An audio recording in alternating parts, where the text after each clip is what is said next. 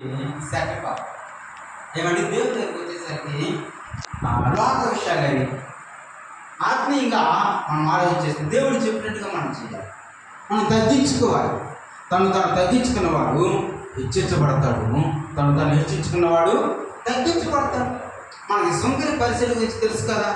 సుంకరి చాలా ప్రార్థన చేశాడు. అయ్యా వారానికి 2 మార్లు కోసం ఉంటున్నాను,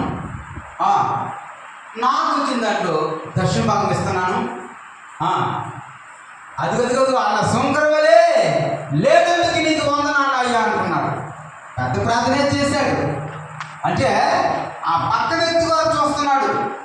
అదిగో ఆ అక్క అయితే టీవీ చూస్తుంది, ఆ అక్క అయితే సినిమాలు చూస్తుంది అని పక్క వ్యక్తికి చూపెడుతున్నాడు. హల్లెలూయా. మనం ఎలా ఉన్నామో మనం చూసుకోవాలి. మనకు మనం జాగ్రత్త పడాలి. ఎదటి వ్యక్తి కోసం దేవుడు తీర్పు తీరుస్తాడు. హల్లెలూయా.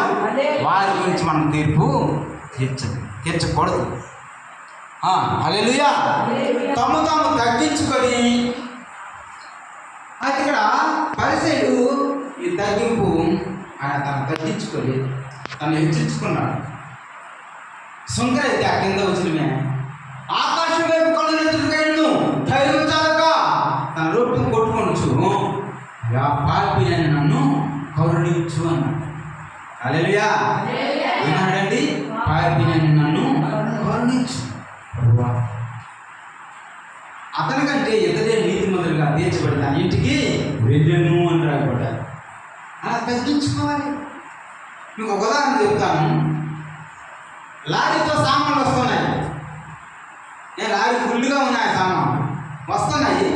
ఆ బ్రిడ్జి కింద నుంచి వెళ్ళాలి ఆ లారీ. అది సాగేది ఈ సామాన్లు అట్టేసాయి. ముందుకు వెళ్ళలేకపోతుంది, వెనక్కి రాలేకపోతుంది. ఈలాగా వచ్చిన వాహనాలన్నీ జామ్ అయిపోయాయి. పోలీసులు వచ్చారు, కమిషనర్ వచ్చాడు, అది రిజల్ట్స్ వేస్తున్నారు. ఏం చేయలేకపోతున్నారు. వచ్చినా వెనక నుంచి వచ్చిన వెహికల్స్ అని ఎక్కువ జామ్ అయిపోయారు. ఈలోగా స్కూల్ విడిచిపెట్టారు. చిన్న అబ్బాయి, స్కూల్ అబ్బాయి వచ్చి ఏం జరిగింది నాయన అని అడిగితే, నాయన ఈ విధంగా ఇరికిపోయింది అని చెప్పారు.